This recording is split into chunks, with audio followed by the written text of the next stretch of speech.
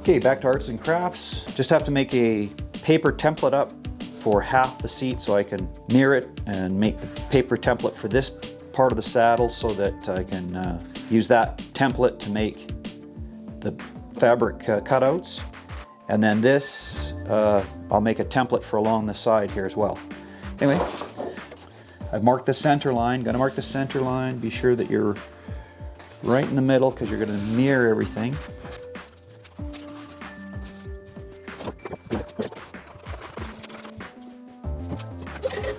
I've taken the screws off the wood piece here. This is super light. Just can't believe how light that is. First up, I'm going to mark my center line cushion.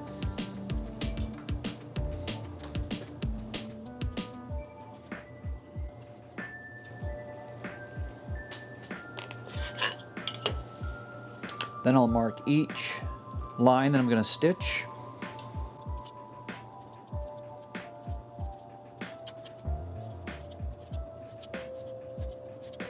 Okay, my stitch pattern's laid out. I need to stitch my lines.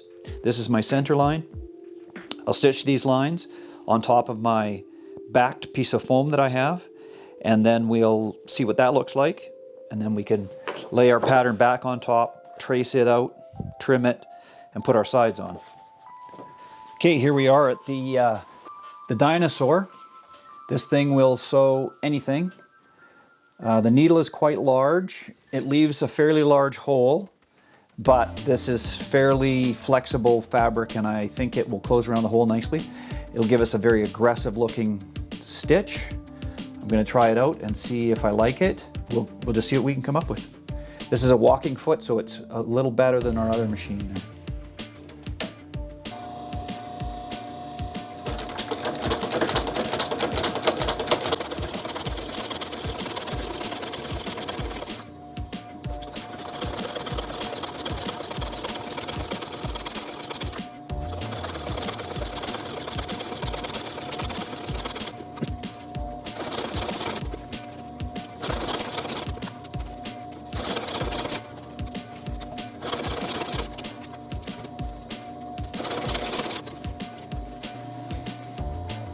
All right, there's the stitch pattern that we've now got on the top of our seat, but I kind of like the aggressive look of it, but we'll see. We'll put one together, see what we like. If we don't like it, we rebuild it. This is all about having some fun, trying stuff out. Sewing with a dinosaur. Now this is a good example of why you should do a test piece. Notice that this seam lines up nicely on our seam. We lose about 1/8 of an inch at this stitch. Now we're down 1/4, now we're down 3/8. See what I mean? By the time we get out here, we're way out. We're, at this side, we're off our stitch by, let's measure it, 3/4 of an inch. So in this many stitches, I've lost 3/4 of an inch in length. It's accordion, 3 inches of length. Now, for what we're doing, it's not a big deal. It'll give our front tab, once this is trimmed around the seat, just a little longer on the front by the tank, which isn't, isn't a big deal. And I can split this a tiny bit this way and take a little more at the back here. So for what we're doing, I think the finished product is still gonna look fine.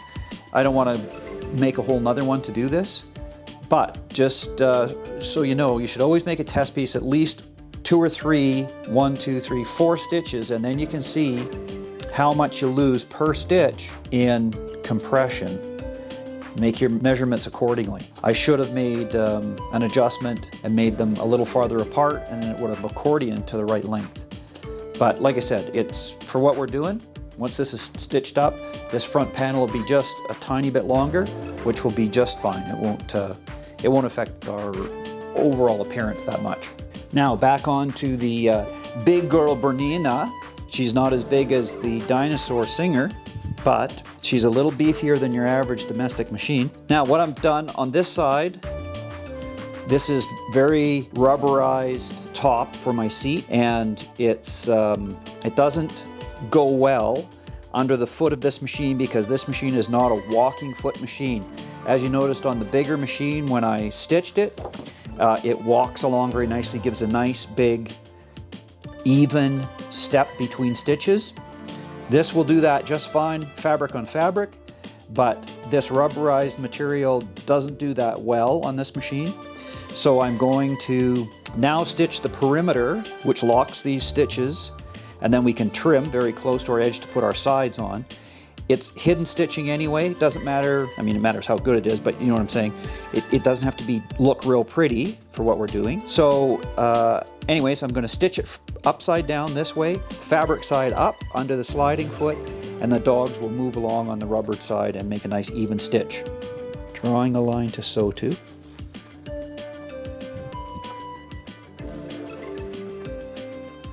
Now at the front, I have to leave a little extra length to fold under our seat. So I'm just going to carry this stitch straight off the ends, and we can trim as required for that. These industrial machines, you have to hold on to the thread to start. Makes a nice even start for you. And because we're going to trim all this off, I'm not going backwards and forwards and locking. Okay, let's try this out.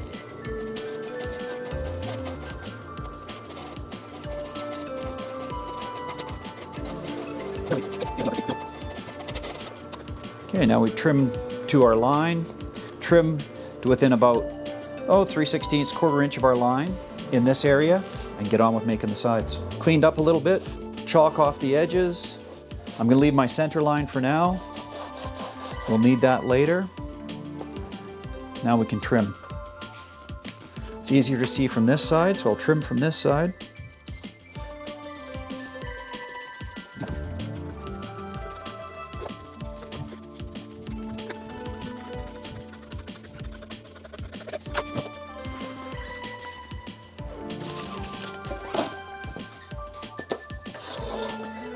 One inlay piece.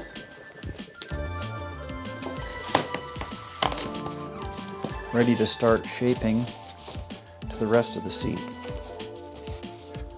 That gets pulled around the edges a little bit.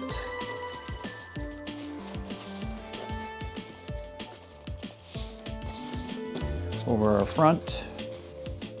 And I think we're looking pretty good. I've changed the foot on the sewing machine so that it sits tightly against the bead that I'm trying to stitch on here. A couple of turns by hand. Get it going. Make sure that everything's lined up underneath.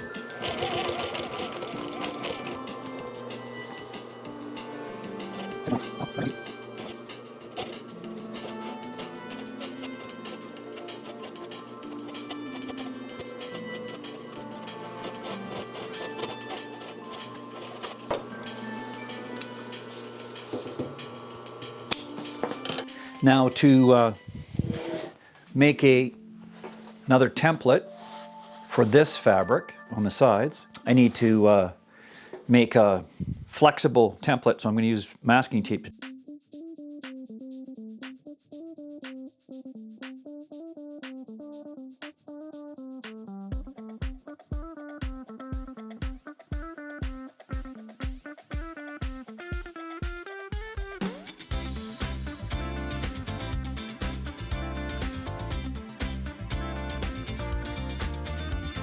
Now we'll trim off to the edges, and then I can take this piece off, lay it flat as it'll go.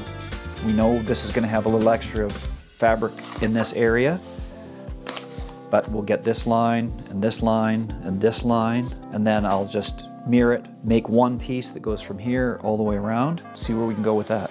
Now this is the line we really have to be concerned about, the line in here. This is the one we have to stitch to onto our centerpiece. So I'll chalk this, mark a 1/2 inch, cut that. We can stitch that onto the seat center there, and then the rest of the overhang I can just trim wide as we're going to stretch it around our rest of our foam.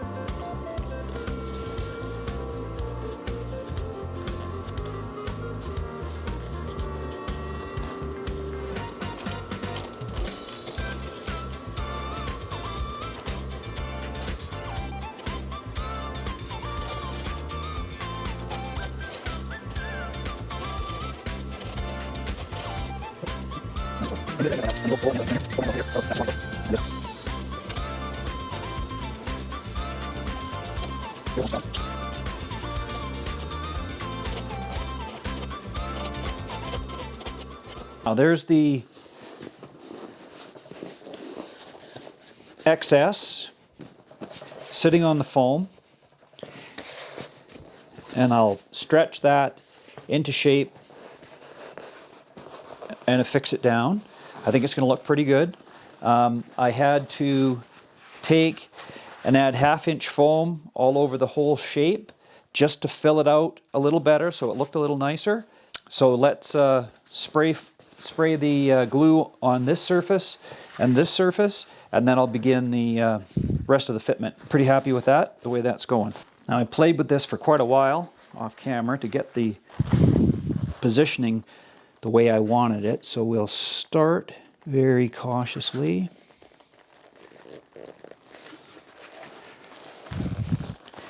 As all the other guys that do this professionally say, it's all about keeping it in the center.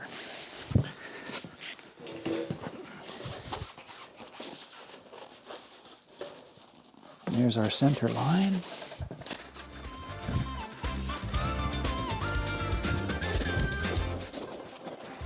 There we go. And once they're properly stretch and pull, this section is now glued down to the foam. We can now start to work on the rest of it, getting it pulled into position and properly fastened down. Okay, so a few hours of stapling and pulling and twisting and pushing. There's our finished product seat. I think it looks pretty nice. This front end gets folded in here once we get it on the base for the where the tank goes. But I'm pretty happy with that. It came out acceptable. So we'll go stick it down on the bike. Just a rough fit on the bike. Show you what that looks like.